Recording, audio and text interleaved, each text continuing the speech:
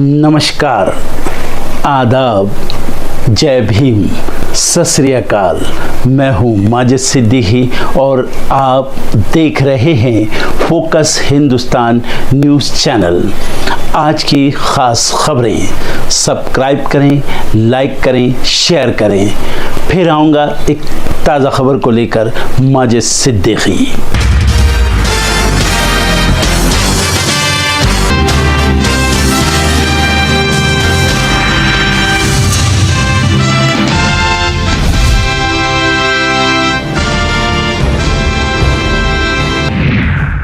वाराणसी को बड़ी सौगात, पीएम मोदी आज 72वें राष्ट्रीय वॉलीबॉल टूर्नामेंट का करेंगे वर्चुअल उद्घाटन। चेन्नई दौरे पर गृह मंत्री अमित शाह आज पुडुकोट्टई में बीजेपी की राज्यव्यापी यात्रा कार्यक्रम में लेंगे हिस्सा। महाराष्ट्र में महापालिका चुनाव को लेकर हलचल तेज, अजीत पवार के लुटेरे गैंग वाले बयान पर महाराष्ट्र बीजेपी चीफ का पलटवार, हम बोलना शुरू कर दें तो मुश्किलें बढ़ जाएंगी। वेनेजुएला का जिक्र कर ओवैसी की पीएम मोदी को चुनौती, 56 इंच का सीना है तो पाकिस्तान जाओ। यूपी में कांग्रेस सांसद इमरान मसूद को मिली बड़ी जिम्मेदारी, प्रियंका गांधी की करेंगे मदद। भारत ने वेनेजुएला में अपने नागरिकों के लिए जारी की एडवाइजरी, अत्यधिक सतर्कता बरतने को कहा। इंदौर में खत्म नहीं हो रहा दूषित पानी का कहर, उल्टी दस्त के 65 नए मरीज मिले, अस्पताल में भर्ती।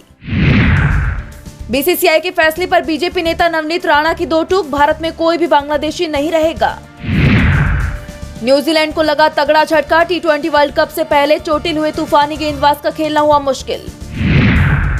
दिल्ली एनसीआर में ठंड और प्रदूषण का डबल अटैक जारी, कई इलाकों में एक्यूआई बहुत खराब, आईएमडी का येलो अलर्ट। मादुरो की श्रेणी बनी वेनेजुएला के अंतरिम राष्ट्रपति, कोर्ट ऑर्डर के बाद डेल्सी रोड्रिगेज ने संभाली सत्ता। वेनेजुएला पर हमले के बाद अमेरिकी विदेश मंत्री ने दुनिया को दिया अल्टीमेटम, कहा ये सभी देशों के लिए हमारा पैगाम। मौलवी मोहम्मद अली मिर्जा ने किया दावा, अदियाला जेल में बेहद हताश स्थिति में है इमरान खान। बांग्लादेश में हिंदुओं पर बढ़ रहा अत्याचार, आईपीएल में नहीं खेल पाएंगे मुस्तफिजुर रहमान, केकेआर ने टीम से हटाया। ईरानी सुरक्षा बलों ने इस्फहान में प्रदर्शनकारियों पर चलाई गोलियां, कई लोग घायल। अमेरिका और वेनेजुएला जंग से कच्चा तेल होगा महंगा, भारत के तेल आयात पर इसका प्रभाव पड़ेगा। यूपी में स्मार्ट मीटर की कीमतें घटी, अब बिजली कनेक्शन लेना हुआ बेहद आसान। देश भर में फॉरेंसिक लैब्स नेटवर्क बनाने के लिए 30,000 करोड़ निवेश करेगी सरकार, अमित शाह ने की घोषणा। उत्तर भारत में घने कोहरे से रेल यात्रा पर असर, देरी से चल रही हैं 2 दर्जन से ज्यादा ट्रेनें। आईफोन 18 नहीं होगा इस साल लॉन्च, एप्पल बदल सकता है अपना प्लान।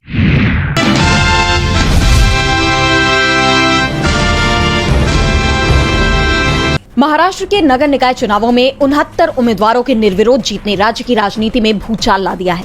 इतनी बड़ी संख्या में बिना मुकाबले मिली जीत पर सवाल उठाते हुए अब राज्य चुनाव आयोग ने इस जीत की राज्यव्यापी जांच के आदेश दे दिए हैं। आयोग ने स्पष्ट किया है कि जब तक जांच पूरी नहीं होती, इन नतीजों की आधिकारिक घोषणा नहीं की जाएगी।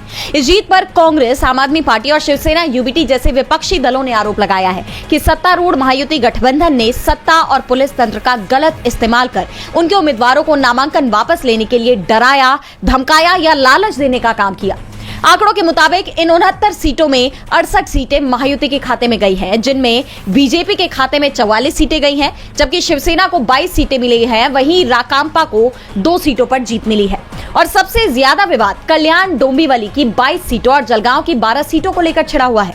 इस पूरे घटनाक्रम पर शिवसेना यूबीटी के सांसद संजय राउत का तीखा बयान सामने आया है। उन्होंने कहा कि देश के चुनावी इतिहास में ऐसा पहले कभी नहीं हुआ। महाराष्ट्र में पैसे की ताकत और साम दाम दंड भेद से विरोधियों को नामांकन वापस लेने पर मजबूर किया गया। क्या कभी 64 या 69 उम्मीदवार निर्विरोध चुने गए हैं? मुंबई, ठाणे और जलगांव में ये कैसा ट्रेंड है? पैसे की ताकत, साम दाम दंड भेद की ताकत से जो विरोधी उम्मीदवार है उनको उनका नॉमिनेशन पीछे लेने के लिए बाध्य किया गया। 64 लोग निर्विरोध कभी चुनकर आए हैं क्या?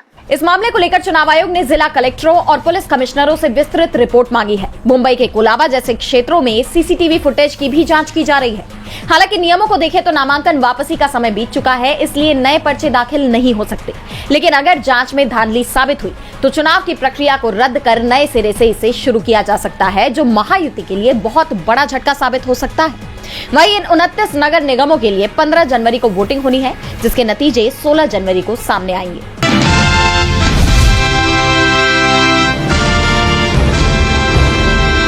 मध्य प्रदेश के इंदौर के भागीरथपुरा इलाके में दूषित पानी के मुद्दे पर कांग्रेस और बीजेपी कार्यकर्ता आमने सामने आ गए।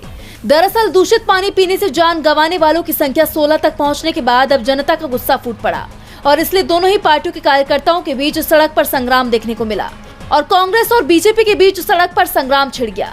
एक तरफ बीजेपी कार्यकर्ता बाहरी लोग वापस जाओ के नारे लगा रहे थे, तो दूसरी तरफ कांग्रेसी घंटा पार्टी मुर्दाबाद के नारों के साथ विरोध प्रदर्शन कर रहे थे। हालात इतने तनावपूर्ण हो गए कि पुलिस को स्थिति संभालने के लिए कड़ी मशक्कत करनी पड़ी। मध्य प्रदेश कांग्रेस ने इस घटना पर तीखी प्रतिक्रिया देते हुए कैलाश विजयवर्गीय पर गुंडाई करने और सच छुपाने का आरोप लगाया।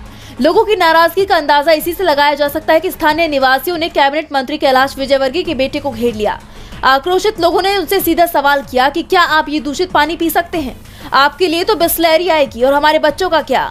मामले की गंभीरता को देखते हुए मुख्यमंत्री मोहन यादव ने कड़ी निंदा की है। उन्होंने सोशल मीडिया पर साफ किया कि लापरवाही बर्दाश्त नहीं होगी। कार्रवाई करते हुए नगर निगम के अतिरिक्त आयुक्त रोहित सिसोनिया और पीएचई के संजीव श्रीवास्तव को निलंबित कर दिया गया है, जबकि निगम आयुक्त दिलीप कुमार यादव को हटाने के निर्देश दिए गए हैं। लेकिन कांग्रेस इस आश्वासन से संतुष्ट नहीं है। पार्टी ने कैलाश विजयवर्गीय के इस्तीफे को लेकर मोर्चा खोल दिया है। जहां एक तरफ दिग्विजय सिंह ने इसे निंदनीय बताया है, तो कांग्रेस प्रदेश अध्यक्ष जीतू पटवारी ने सीधे कैलाश विजयवर्गीय के इस्तीफे और महापौर पर एफआईआर की मांग की है। मोहन यादव जी की रीढ़ की हड्डी है, तो उन्होंने कैलाश विजयवर्गीय को इसी वक्त में बर्खास्त करना चाहिए, इस्तीफा लेना चाहिए। पटवारी ने चेतावनी दी है कि यदि मांगे पूरी नहीं हुई तो 11 जनवरी को इंदौर में कांग्रेस का जंगी आंदोलन होगा।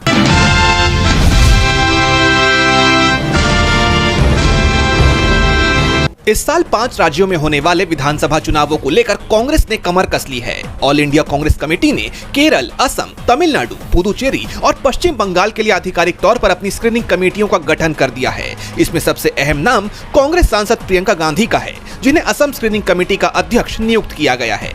पार्टी के इस कदम को असम के मुख्यमंत्री हिमंता बिस्वा शर्मा के खिलाफ एक बड़े फैसले के तौर पर देखा जा रहा है। प्रियंका गांधी की एंट्री ने असम के राजनीतिक गलियारों में हलचल पैदा कर दी है। असम में प्रियंका गांधी के साथ सप्तगिरी शंकर उलाका, इमरान मसूद और डॉक्टर सिरिवेला प्रसाद को सदस्य बनाया गया है। प्रियंका गांधी को जिम्मेदारी मिलते ही सोशल मीडिया और राजनीतिक हलकों से प्रतिक्रियाएं आने लगी। निर्दलीय सांसद पप्पू यादव ने इस पर लिखा, आदरणीय प्रियंका गांधी जी आई, असम से भ्रष्ट हिमंता की तय हुई विदाई। वही पार्टी नेता सुरेंद्र राजपूत ने भी कहा कि प्रियंका गांधी हमारी स्वाभाविक नेता हैं और उनकी आवाज पूरे देश में गूंजती है। उन्होंने स्क्रीनिंग कमेटी के सभी सदस्यों को मजबूती प्रदान की है। देखिए, प्रियंका गांधी जी हमारी नैसर्गिक नेता हैं, पूरे देश में उनकी आवाज़ है और जो स्क्रीनिंग कमेटी बनाई है उनके सारे सदस्यों को बधाई। और निश्चित तौर पर हम अपने जिला अध्यक्षों से फीडबैक लेकर के जिस तरीके से हमने संगठन सृजन का कार्य किया है, उन संगठन सृजन में जो हमारे जिला अध्यक्ष बने हैं, हमारी कमेटियां जो बनी हैं और प्रदेश सदस्यों के साथ मिल करके हम एक बेहतरीन विकल्प देंगे आने वाले चुनावों में, चाहे वो असम का चुनाव हो, चाहे वेस्ट बंगाल का चुनाव हो, चाहे अन्य जगहों के चुनाव हो। जहाँ जहाँ हमारी स्क्रीनिंग कमेटी बनी है उन सब जगहों पर आपको एक अच्छे प्रत्याशियों और स्वच्छ साफ सुथरी छवि वाले प्रत्याशी मिलेंगे। जैसा कि आप जानते हैं कि एक दिन पहले कांग्रेस सांसद और लोकसभा में विपक्ष के उपनेता गौरव गोगोई ने डिब्रूगढ़ में जन सम्मेलन के दौरान मुख्यमंत्री हिमंता बिस्वा शर्मा पर तीखा हमला बोला था। गोगोई ने आगामी चुनाव को जनता बनाम राजा की लड़ाई करार दिया था। उन्होंने आरोप लगाया कि बीजेपी और हिमंता सरकार लोकतंत्र को कमजोर करने का काम कर रहे हैं और जनता अब इस शाही रवैये के खिलाफ खड़ी हो रही है। वहीं अब ऐसे में प्रियंका गांधी का असम में सक्रिय हो जाना कांग्रेस कार्यकर्ताओं में नया जोश भर सकता है। राजनीतिक जानकारों का मानना है कि प्रियंका की मौजूदगी से महिलाओं और युवाओं का वोट बैंक प्रभावित होगा। वैसे एक नजर देखें तो असम के साथ साथ दूसरे राज्यों में भी अनुभवी नेताओं को कमान सौंपी गई है। जैसे केरल में मधुसूदन मिस्त्री, तमिलनाडु और पुदुचेरी में टीएस सिंहदेव, तो वहीं पश्चिम बंगाल के लिए बीके हरिप्रसाद को अध्यक्ष बनाया गया है। लेकिन इस वक्त सबसे ज्यादा चर्चा प्रियंका गांधी की ही हो रही है। उनकी असम में एंट्री और गौरव गोगोई के तीखे तेवर ये साफ कर रहे हैं कि कांग्रेस इस बार बैकफुट पर नहीं बल्कि फ्रंट फुट पर खेलने की तैयारी में है। माना जा रहा है कि असम की सत्ता पर काबिज बीजेपी के लिए ये नई चुनौती आसान नहीं होने वाली। अब देखना ये होगा कि प्रियंका और गौरव गोगोई के तालमेल से कांग्रेस को असम चुनाव में कितना फायदा मिलता है।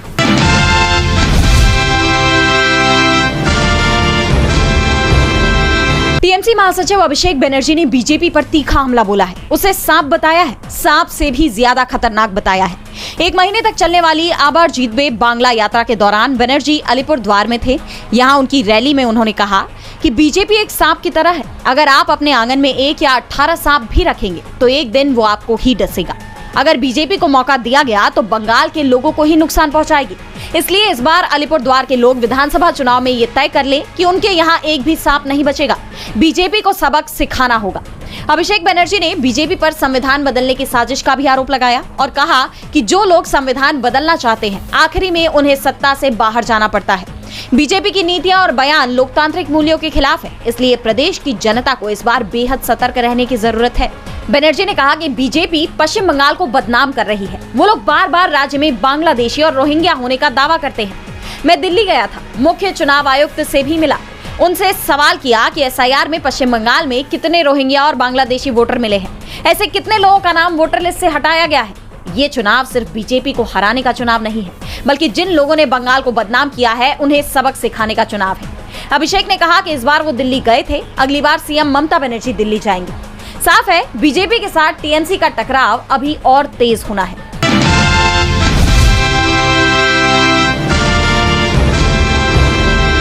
वेनेजुएला पर अमेरिकी हमले के बाद वहां के राष्ट्रपति निकोलस मादुरो और उनकी पत्नी को कैसे गिरफ्तार किया गया, इसे लेकर जानकारी सामने आई। ट्रंप ने इस ऑपरेशन को लेकर कहा कि ये संकेत है कि अमेरिका किसी के दबाव में नहीं आने वाला।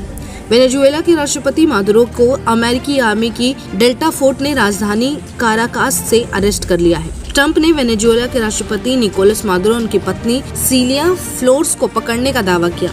अमेरिका ने इन दोनों को पकड़कर देश के बाहर भेजने की बात भी कही। अमेरिकी सेना की इस कार्रवाई को लेकर अब रूस ने भी बड़ा बयान दे दिया है। रूस ने वेनेजुएला पर हुए इस हमले को लेकर कहा कि हम वेनेजुएला के साथ हैं। रूस की ये प्रतिक्रिया अमेरिका के लिए अब एक चिंता का विषय बन गया है। रूस ने अपने बयान में कहा है कि हम वेनेजुएला के लोगों के साथ अपनी एकजुटता और इसके बोलिवेरियन नेतृत्व के लिए अपने समर्थन की पुष्टि करते हैं। रूस का ये बयान उस समय आया जब अमेरिका की सेना वेनेजुएला में बेहद आक्रामक रूप ले चुकी है। अमेरिकी सैनिक वेनेजुएला के राष्ट्रपति तक को अपने साथ ले जाने का दावा कर रहे हैं। अब ऐसे में सवाल ये है कि अमेरिका की इस कार्रवाई को लेकर रूस का ये बयान क्या अंतर्राष्ट्रीय पटल पर कोई नए बवाल के शुरू होने का संकेत मात्र है। वेनेजुएला पर अमेरिका का हमला कोई जल्दबाजी में लिया गया फैसला मालूम नहीं होता। कहा जा रहा है कि वेनेजुएला ने बीते कुछ दिनों ऐसे कई फैसले लिए जिस वजह से अमेरिका को आखिरकार वेनेजुएला के खिलाफ कड़ी कार्रवाई का फैसला लेना पड़ा। बीते महीनों या बीते साल भर की बात करें तो वेनेजुएला ने एक के बाद एक ऐसे फैसले लिए जिसने अमेरिका की रणनीति को ही उलझा दिया। राष्ट्रपति मादुरो ने अमेरिकी कंपनियों को जहां एक तरफ खुले तौर पर वेनेजुएला के तेल क्षेत्र में निवेश का ऑफर दे दिया, वहीं दूसरी तरफ उसके इस फैसले के बाद रूस भी एक्टिव हो गया। रूस ने उस तेल टैंकर को बचाने के लिए बड़ा कूटनीतिक दांव खेल दिया। इसी बीच वेनेजुएला के चीन के साथ भी अपने रिश्ते और मजबूत करने का संकेत दे दिया। इस बात से अमेरिका और चिढ़ सा गया, जिसके बाद ये हमला हुआ।